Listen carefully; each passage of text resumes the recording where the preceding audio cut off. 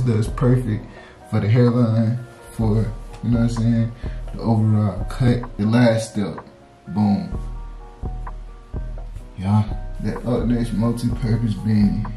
And so what this gonna do is, it's gonna keep your haircut out the way. It's gonna keep it fly. It's gonna keep it right. You know what I'm saying? You got locks, right? So you can't just put your locks like any type of way. You know what I'm saying? You really gotta put it how it was, however you want the hat, the styler, cause this really a styler too. It's multi-purpose. However you want your hair to be styled when you have it down.